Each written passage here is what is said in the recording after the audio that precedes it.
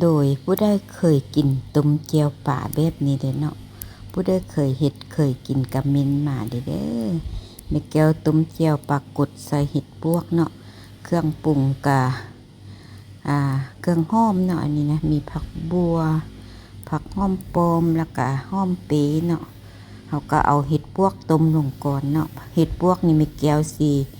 ซื้อมาแล้วมาหุ้มเนาะแล้วแช่แข็งไว้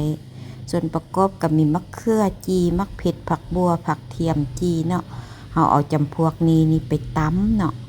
ตำให้มันแหลกๆนี่ละเขาก็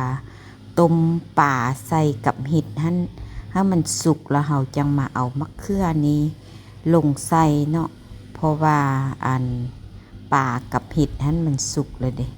เขาใส่แล้วเขาก็ต้มอีกบึดหนึ่งเนาะต้มให้มันเข้ากันดีๆแล้วเขาจังมาปรุงเครื่องบนนี้นะเครื่องปรุงกะตามใจเนาะผู้ได้มักใส่ปลาแดกก็ใส่น้ำปลาแดกแป้งนัวคะน้อเนาะแม่แก้วก็สิใส่ตามนี้แหละมักลดแบบได้กะปรุงแต่งเอาตามใจชอบเนาะแต่ว่าแม่แก้วมักกินจางสิบ่มักเข้มข้นปานใดเนาะโดยข้องกินก็ตามใจผู้มักนี่แหละมักเนี่ยได้กะเฮ็ดเอาหลังจากเฮาใส่เครื่องปรุงแล้วเฮาก็ซีมแซ่บแล้วเฮาจังมาเอาผักหอมบัวหอมปอมหอมเปนี้ใส่เนาะใส่สุดท้ายหมู่โดยมากินนำกันเด้อแซ่บๆอาหารนี้แบบเมืองหลวงเนี่ยแต่ว่าไทยไตไทยเนื้อสิเฮ็ดแบบได้แม่แก้วก็บ่ฮู้เนาะอันนี้แม่น